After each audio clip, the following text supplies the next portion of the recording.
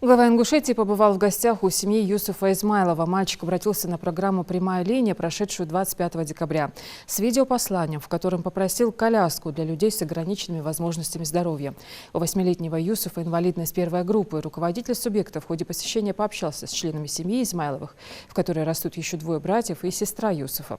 Глава региона поговорил с родителями, ознакомился с условиями проживания семьи Измайловых и расспросил о других пожеланиях и потребностях детей.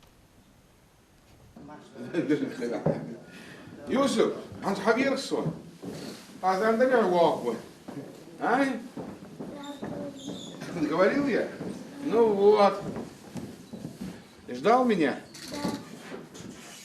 Машину купили?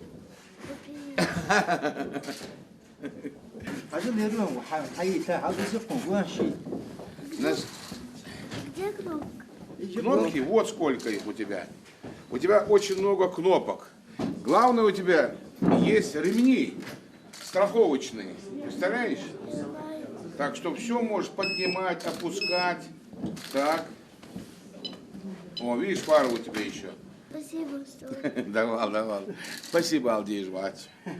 Вот. Спасибо, что... Дал дьякол, дал мяч, могут школа. Давайте. Ремни расстегните ему. Вот так надо вперед, а вот так назад.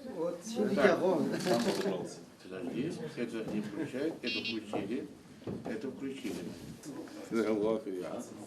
Папа, можно своих братьев позвать? Вот, братья же здесь.